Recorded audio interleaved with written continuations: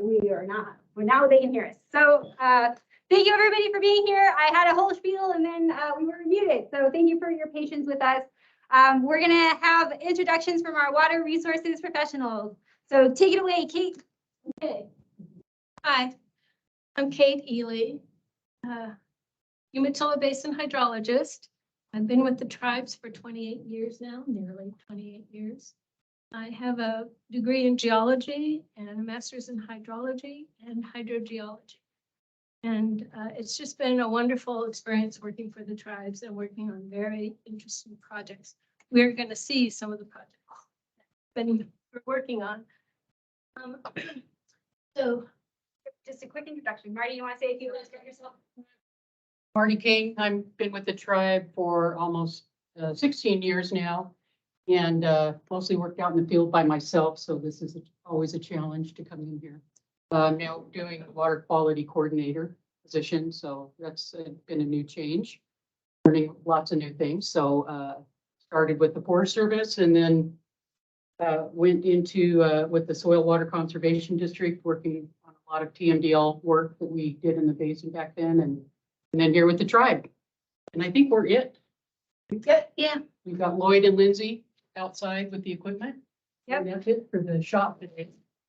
Yeah, we're grateful to you guys for being here. We put this together. It wasn't exactly a rush, but we are kind of operating under a new way of being. So we're appreciating your patience both in the room and virtually.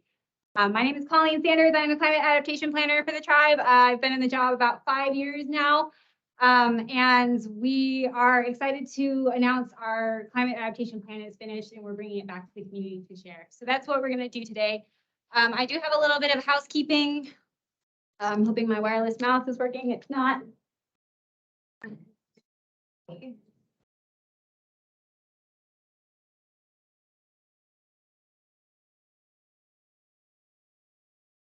Always.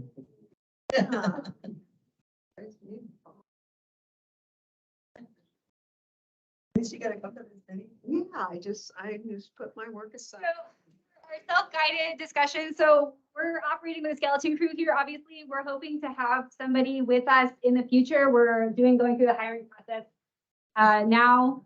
So hopefully this will go smoother in the future. This is our first one. We're gonna have our presentations in here. This is a small enough group that we could actually probably stay in here and talk if we wanted. But if a few more people come in, we're gonna send everybody out into the rotunda for discussion. We have sticky notes out there for everybody to write things down and put sticky notes on things. So much of outreach is done with sticky notes. It's not a new technology, but it continues to serve us well. So for in-person, respectful discussions always are encouraged. We are here to learn from one another. So I'm here to learn from you as much as you are here to learn from us. And so we understand that we all come from a different place and that it's important to respect everybody's opinions, perspectives, and experiences as we have these discussions. A raised hand is never a bad idea. I know it's a little bit kindergarten, but you know, it gets the point across that you would like to speak. And so it will be different a little bit online. So if you're in our virtual room, we're gonna ask again that you stay muted until we have our discussion space.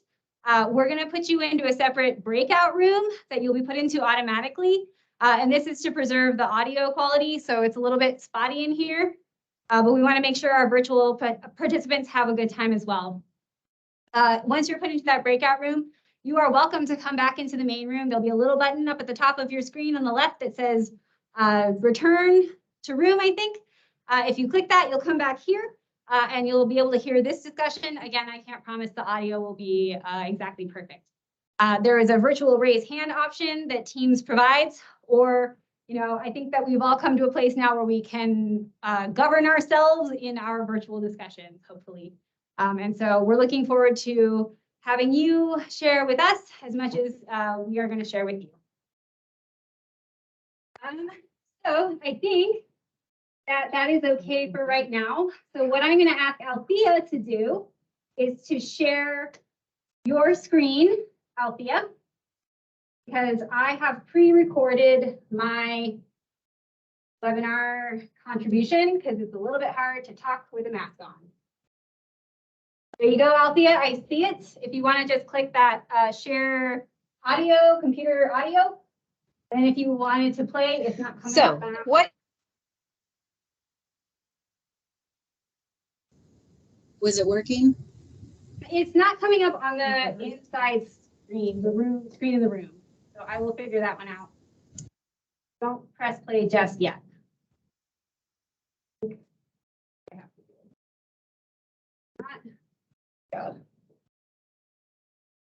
How do I get it to move?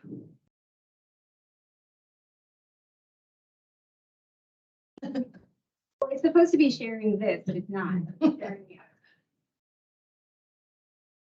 it goes.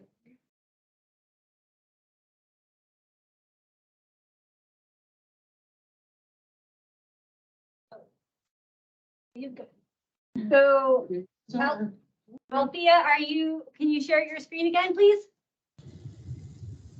Okay. There it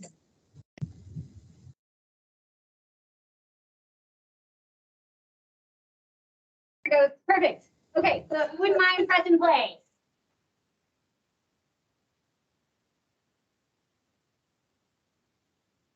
Five, four, Oops, 3, sorry, I wrapped 2, too much.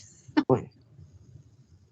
So what exactly is in the water section of the Climate Adaptation Plan? We have started with water and looking at the specific impacts and adaptation goals within this plan. We started with water because water not only is the first of the first foods and the most important, but because everything depends on water, and climate change will fundamentally alter the way that water interacts with the landscape. And so thus has rippling effects into all other areas of life. And for this section, we have broken out the analysis to include both surface waters and groundwaters. We know that some previous modeling efforts they looked at surface waters, but they didn't necessarily include groundwater components to that. And we know that here on the Umatilla Indian Reservation, that basically 100% of families and industries are groundwater dependent. And so it is really important to have that specific analysis. And so this water section starts here on page 43 and begins with surface water. And so this first page is the one that you see in the executive summary. And so it's that really high level analysis that just kind of gives you the glimpses on page 44. But if you dig into the details, we start with unpredictable snowfall. And this is phrased as unpredictable snowfall rather than reduction in snowpack, just because people have been experiencing late snowfall that is rather unusual and doesn't actually contribute to snowpack. And so this captures kind of both of those sentiments, that we'll see stranger snow behavior, but then also this over time reducing of snowpack. This graphic here introduces us to the concept of snow water equivalent. Snow is a solid and water is a liquid, and so we cannot really compare apples to oranges. We have to compare apples to apples, and so snow water equivalent is an attempt to compare apples to apples. And so basically it's an analysis of the snowpack and then the way that that will contribute to water throughout the rest of the year as it melts. And so this is a projection into the late century that was done by the Forest Service a couple of years ago. And so it looks at our 3 national forests in the Blue Mountains. And this is so as you can see, a lot of the reduction from this color gradient here for the area, the most sensitive areas are going to be some of our high mid-altitude elevation ranges. So we see the Strawberry Mountains, the John Day area. These will see tremendous snowpack reductions because of the inability to accrue the snowpack during those critical months, and then a faster melt into the rest of the year. We do see that the Eagle Cap Wilderness is our one area of kind of cold water refuge, even though this will also see a roughly 20% reduction. Another component of our changing hydrology is the effect of rain on snow events. And so rain on snow events are those incidences where we have snow fall, but then we have those warm air pockets move through. And so then we get a bunch of rain right on top of snow that has just fallen. And this is a problem because the rain falls on the snow as an impermeable surface. This means that the rain does not go through the snow into the soil. It actually hits the snow and then just runs immediately right off into the nearest waterway. But it also erodes the snowpack as the rain falls and moves into the waterways. And so it has this double effect of creating conditions for flooding, especially in the wintertime. And we see from some of the research that is out there that a single rain on snow event can increase the flow of a river basin by 12% on top of what was already flowing. And so you see that as we move into the future, as we see more and more of these rain on snow events, that it's going to contribute to those flooding. And rain on snow was a really big contributor to our 2020 flood. We had a bunch of snowfall and then immediately came through a bunch of rainfall as well. And so really it's important to keep an eye on those rain on snow events, especially as heavy precipitation is going to increase in our area. Heavy precipitation is categorized as 1%, 1 inch of precipitation in 24 hours. And so we will see also a 12% increase in the incidences of heavy precipitation across the year. So this is both winter and summer. And so when we do kind of a combined math, if we look at rain on snow events and increased heavy precipitation, we see that we're going to have an increase of rain on snow events, especially in the wintertime, but a little bit more specific research is necessary to flesh this component out a little bit more. Shifted hydrology is going to be one of the main things that will affect not only first foods and aquatic ecosystems, but also energy generation from hydroelectric sources. The way that our historic hydrology has been, it was the snowpack was accrued in winter months and then slowly melted in the spring into the summer. And so this black line is the historic pattern. You can see that there really is this peak of flow here in the spring months, from March, until basically mid-June. But as we see reduced snowpack throughout the years, we will start to see a bimodal, so that's two peaks of hydrology. You can see that with these checked lines over here to the left, where we see actually increased flows from January to mid-March, really, which is, I think, something that we're seeing already. And these are projections for both mid-century and late century. And so we also have other estimates that project a shift of peak flow of the river by 30 days by basically mid-century, a shift of 40 to 50 days earlier by late century, or by 2070, and then a 45 to 50 day shift towards the winter by the late century. And so this basically just means that we will not see that nice, clean snowpack accumulation in the winter, snowpack melts in the spring, that we will see a lot more of those rain on snow events and have more of those high flow events in the wintertime and reduce that amount than comparatively in the springtime. I'm excited to hear more about Kate's presentation about the drought monitoring, because low summer base flows is also kind of the other side of that shifting precipitation regime. So as we see more water lost in the winter, lost being moving out to the Columbia, we will not see that water in the summer. So we expect to see a reduction in base flow. And so base flow is considered the minimum amount of flow in the river, and usually from groundwater fed sources. And so we see that this is also a study that was done by the Forest Service for our area, for our Blue Mountain area, that roughly half of the river basins in our area will see small reductions of less than 10% for perennial streams. And that's that color in yellow there. So we can see that most of our basin really We'll see small reductions, especially in the lower area, because these are already fairly rain fed, and so that's not going to change them a whole lot. But where we do see decreases are in those watersheds where it is heavily snowpack dependent. So those high elevations, the Eagle Cap Wilderness that we saw, some areas around Lake Anthony and the Elkhorns are expected to experience a greater decrease of up to 30% by the end of century. And so how can we combat these effects? The second half of this is really all about those adaptation strategies that were identified through the webinar series. And so number one, conserve, conserve, conserve. There are a few different ways that we can do this. There are kind of 3 different approaches that the plan highlights. One, natural storage. And so this really always comes back to the Umatilla River Vision and the touchstones that are provided in that document.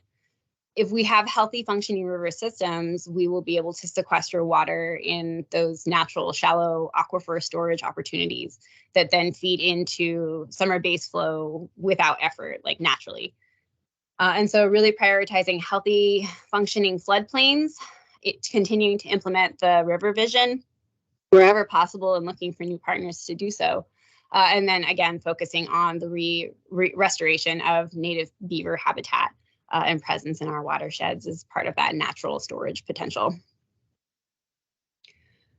We also see options for engineered storage. Engineered storage, like all engineering options, have drawbacks and things to consider, whether the benefit is more than the drawbacks always. And so we have some examples in our area of where municipalities are doing engineered storage. And so more analysis of those kinds of opportunities will be required before we can, give feedback on whether or not this is something to pursue. And then thirdly, water conservation plan and reuse initiatives. So this is where you all come in. We can do a tremendous amount by reducing the water that we use. There's a lot of waste that happens. I myself am guilty, and so trying to look at ways that our families can be better for our water use, as well as across our communities. How can we reduce our use of water that isn't, definitely necessary? B is all about the river vision. And so again, a lot of this comes back to healthy functioning floodplains and how do we make conditions so that we can have those healthy functioning floodplains as much as possible. And so redirecting development out of current and expanded floodplains. I know that our tribal planning office has a lot of guidance on what is and isn't permitted to be done in the current FEMA categorized floodplain. Enforcement of that is always something that is up in the air. And so enforcement mechanisms are a great thing to look at in terms of how do we move forward on that kind of effort, as well as working with FEMA to reclassify the floodplain using climate projections. Because if we're experiencing greater magnitude of flooding, then the floodplain classification that we have already is not really representative going forward into the future. But that requires working with FEMA. It requires a lot of additional work with that. But getting started can be a great idea. And then the second part of that is prioritizing riparian property for acquisition. And this is something that we'll touch on with the TMDL, is that sometimes those flood events can be quote unquote opportunities. It sounds terrible to try to find silver lining in what is basically other people's tragedy. But through the 2020 flood, we saw examples of properties that were located in the floodplain that were really heavily affected by the flooding, largely because those properties shouldn't probably have been there. And so that was an opportunity for the tribe to buy up some of that land for the purposes of floodplain restoration and flood control, as well as first foods habitat. And so being proactive about that and looking ahead into that expanded floodplain and identifying those properties that are likely to be inundated in the future, in future flooding, could help us get ahead of that. Floodplain restoration Again, this chapter this whole plan really highlights the need for ecosystem restoration, especially with floodplains. And so just working with partners all over our basin and across the ceded lands to improve floodplain connection, identify opportunities where it could be helpful for mutual beneficial goals of private landowners and industry, and then working with agencies that do the same thing. Water quality and quantity. So our TMDL presentation will be all about water quality. And so CTUIR does an amazing job of collecting data and monitoring of our surface waters and our groundwaters. And so supporting these existing efforts is really great. I know that the monitoring stations, there's usually some sort of conversation going on about what needs to be funded and where that funding is going to come from. And so having kind of a proactive vision about how to keep those stations funded is part of this implementation, as well as pursuing additional funding. You know, as we experience more flood events, as we talk more about planned retreat, planned migration, these are opportunities for us to push also for more funding for monitoring and analysis as well. Water administration, modeling, and management strategies. So this is just getting everybody together and making sure that we all are prioritizing water for the things that are really important. And so supporting adaptive and responsible water governance is something that the tribe has always done. Our Tribal Water Commission does an amazing job of regulating water use on the reservation. And so this is an opportunity to look at those policies that we have, like the water code, as well as, you know, places where water factors into planning in like the comprehensive plan. This is an opportunity to look at climate projections and say, okay, knowing that we're likely to see increased variability from year to year, how do we create frameworks that are adaptive rather than prescriptive? And then building regional capacity. Capacity is one of the biggest limiting factors for implementing a lot of this work, but we can move mountains if we work together. And so this is an opportunity for us to highlight the strengths that CTUIR brings to this region, and we have many, as well as look outside of ourselves and say who in our basin is doing the work that we want to work with, and who sees the projects that we're doing that would want to work with us. And so to measure this, we have taken basically places where water exists in other policies and plug them in here. And so you see really represented are things like the comprehensive plan, the water code, and then actually in the hazard mitigation plan, the previous iteration, drought was the #1 identified threat to the community as a natural hazard. And so these are places where guidance already exists, as well as guidance from our Tribal Water Commission and their regular meetings and annual reports. So now it's time for groundwater. You know, it can be really hard to see groundwater, and so it gets left out of conversations a lot. And so we wanted to really make sure that we were including that. And this begins on page 56 for those who are following along. And so getting into it, the first a little bit of this is just really classifying the kind of groundwater recharge mechanisms that we have in our area. And so this study was done for really the Western United States. And so there were 2 areas within this study that are relevant to us. The Columbia River Plateau obviously is extremely relevant to us because that's where we are.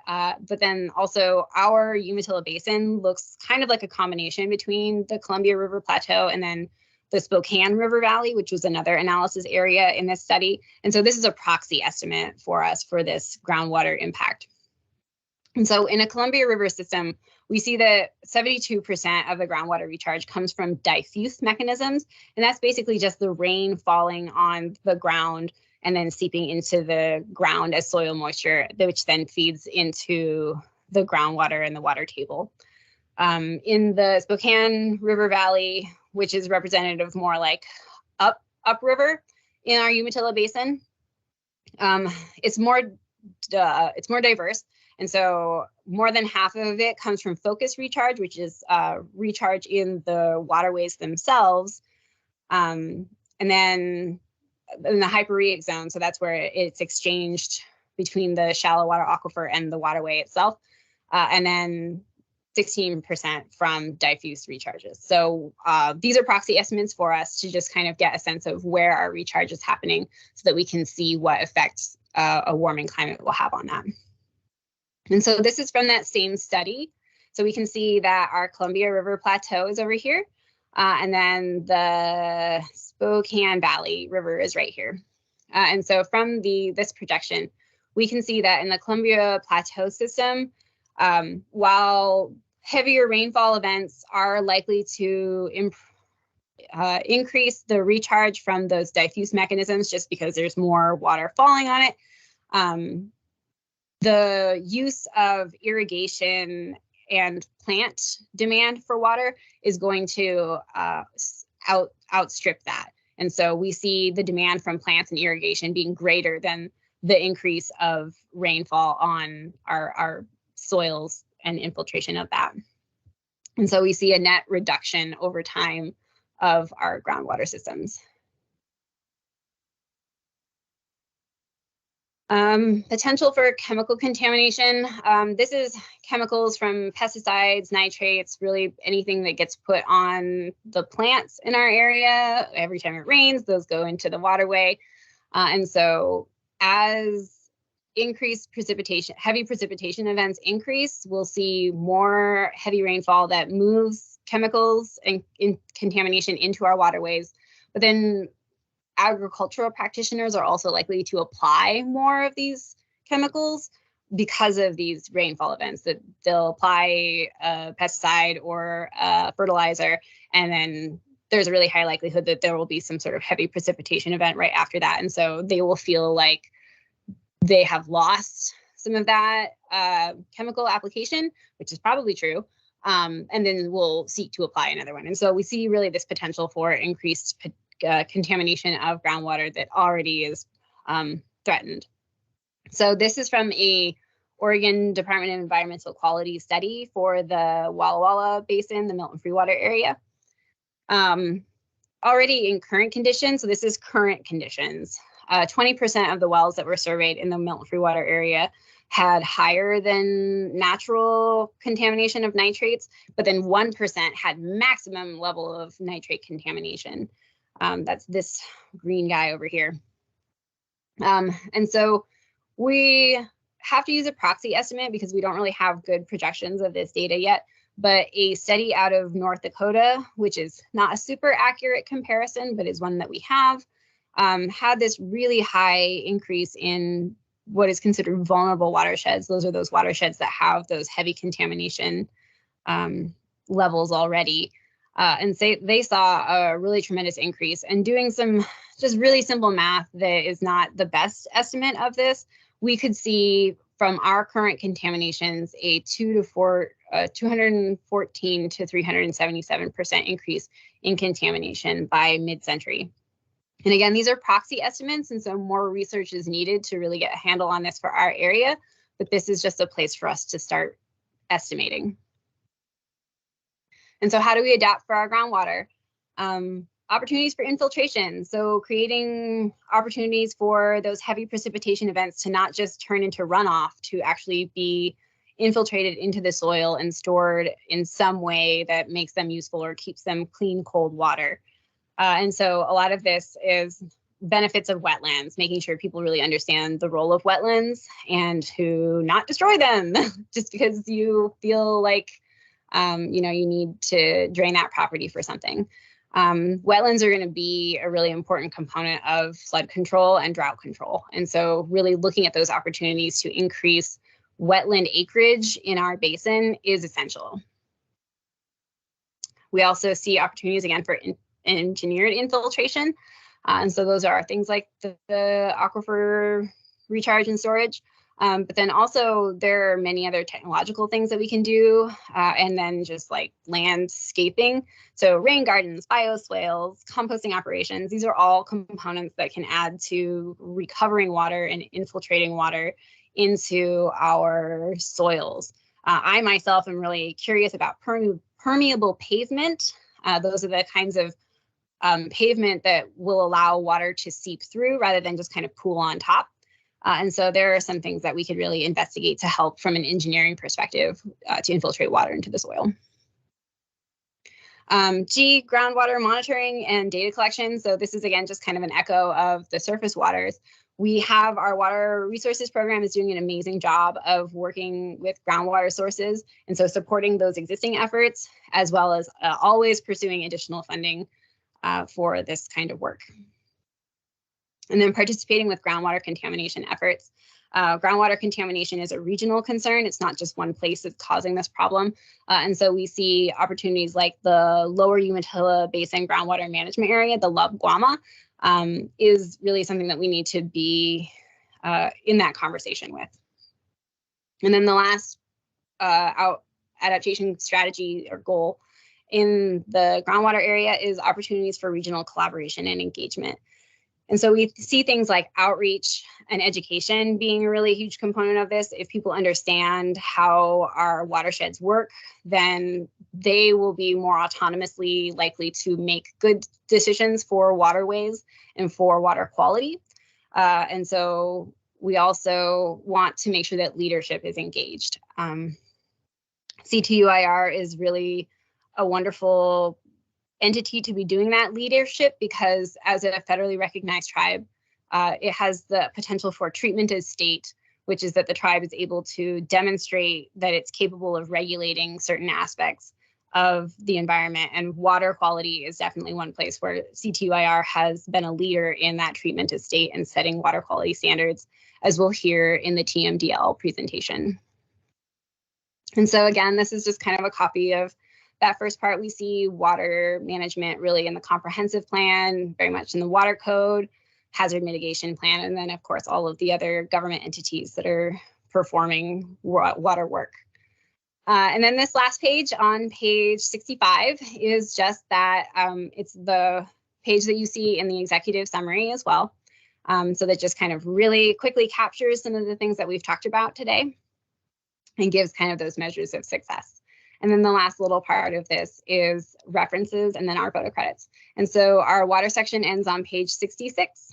And so I'm looking forward to hearing discussions where gaps in information are, what could be done better in the future, and just what your perspectives are on water management into an uncertain future. So thanks, and I look forward to the discussion.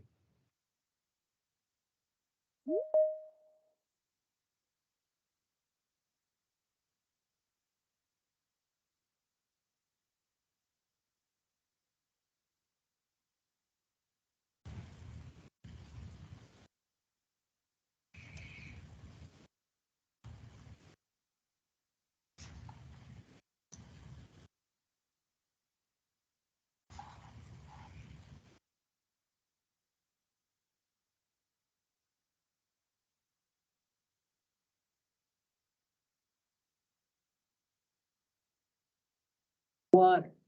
And the only way they can work with it is to bring water, fresh water in. Showers or phones, whatever. Because the groundwater is contaminated. Are we working with that area or are we observing what's happening so that we can tie some of the problems they ran into and we try to avoid it? Hi, Elena.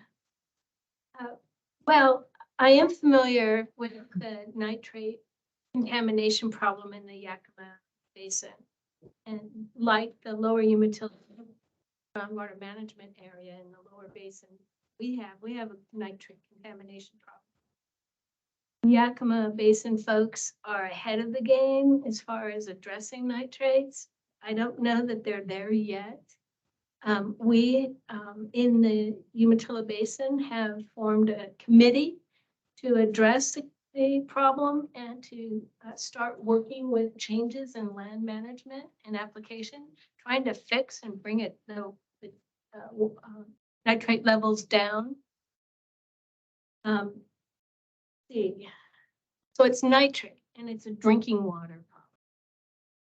It's not a problem for dishwashers or laundry or yard watering or anything. Drinking water. So, yeah, we're following, and we will be looking into how Yakima is conducting their fixes, their solutions. So I'm not familiar with it at the moment, but we certainly will be. Thanks. Any other questions? Yeah. I think it's a comment, but you know, I think by the Yakima bombing range is where they're having the PFAS kind of Oh, yeah. issue with those rodents that are. Yeah, we have perchlorate issues with the bombing range in New Matilla too. I mean, there's contamination in little regions, watersheds. So. Oh, I do have a question.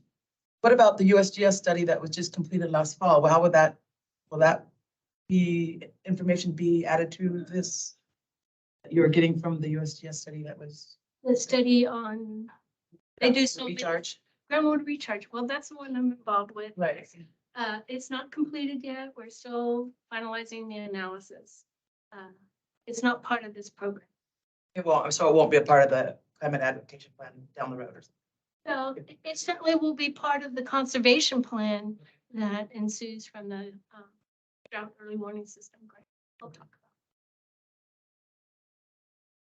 about. So thank you for this, putting up with the strangeness of that. I really appreciate it.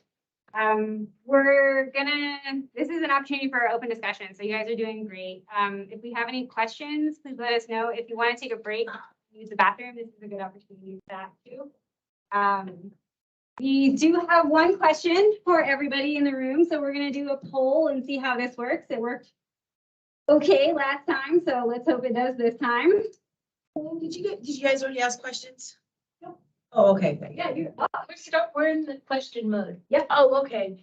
What has the tribe considered composting efforts or to help infiltrate soil with chemical-free water holding capabilities in our agricultural industry out there?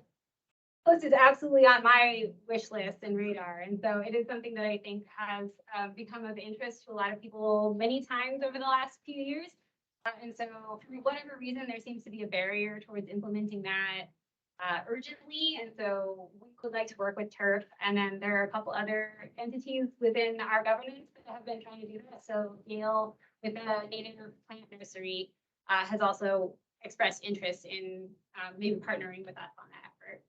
Did you want to talk a little bit about compost as a water holding entity?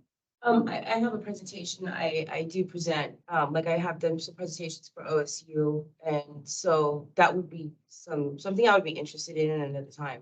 I'd love to welcome you to present maybe later this year. Yeah, that would be awesome. We have a kind of icebreaker question for people on the virtual or here in the room. So we wanted to know, what watershed are you most connected to? And so we have options. And if you guys want to just raise your hands as we go through them, it would be interesting to see in the room what we feel connections are. And connections can be memories that you have from being there as a kid. They can be ancestral or family connections to these waterways. You know that your ancestors traveled them and utilized them.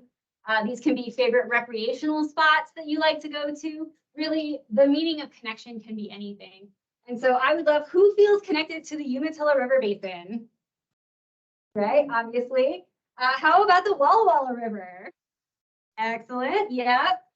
The Columbia Main Stem? Yes, a wonderful recreation spot. How about the Snake River Main Stem? Yeah, good Snake River people. The John Day. Anybody here from the South? Yes. Grand Ronde, representing from the East. Excellent. Other watersheds within the ceded lands, and this, we got most of them, so it shouldn't be too many people. Yeah. How about Anybody hike everywhere? yeah? How about other watersheds in the CTUIR traditional lands? And so that's basically the entire Pacific Northwest. I have connections to the Green River, Muskshot territory. And then if you wanted to, White Salmon River, perfect. Thank you from the chat, added that contribution. And so I am going to leave the poll up for folks online if they wanted to continue to do that. We have time for another comment, questions, just discussion before we bring up Kate, our expert, or give you a chance to go to the bathroom. Anybody want to shout anything at me? Now's your chance to make me feel bad about myself. Nope. I had another question. If there wasn't composting capabilities with turf and the tribal plant nursery, what about contractors? Yeah, that's a great one. I would have to, so I'd love to work with you or other contractors to do feasibility assessments. Like, I think that that's what we really need right now, because the idea of a compost operation at turf has come about of interest a number of times, but for some reason has not been implemented. So there is some barrier there that we have not identified. And so I would love to write a grant with you that incorporates other contractors as well, if that's a possibility, that looks at finding what that barrier is. And so I think that that's really that step, is where is that? What's keeping us from implementing?